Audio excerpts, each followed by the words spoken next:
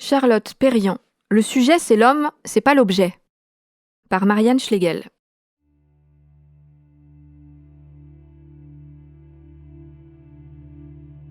Sa carrière a duré près de 75 ans. Aujourd'hui, les créations de Charlotte Perriand sont parmi les plus recherchées sur le marché du design. Étonnante destinée. Lorsque Perriand, 24 ans, entra dans l'atelier parisien de Le Corbusier, au 35 rue de Sèvres en 1927, et lui demanda de l'embaucher, sa réponse fut laconique.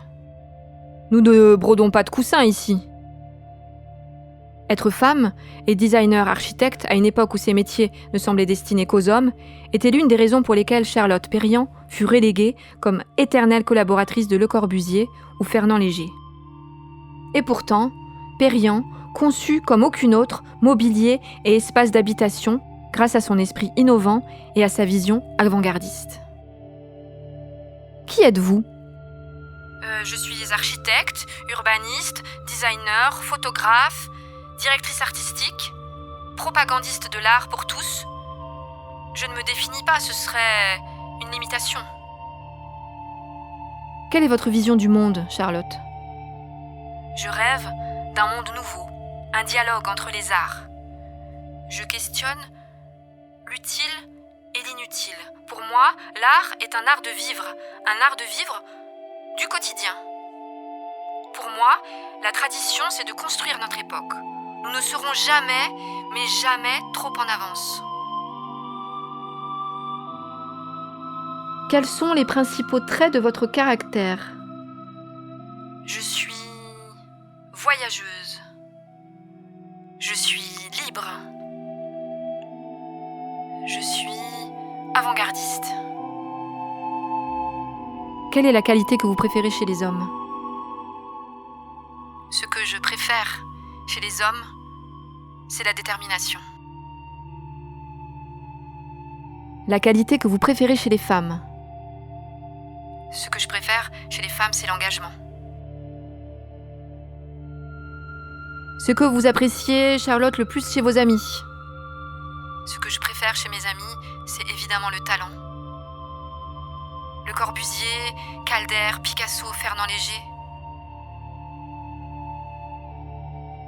Quelles sont vos inspirations ?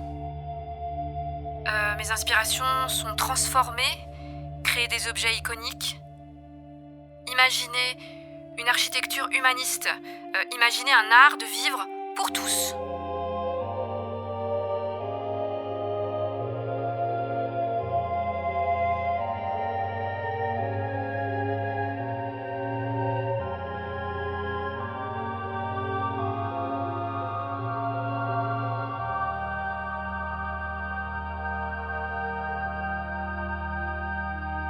Quels sont vos rêves de bonheur ?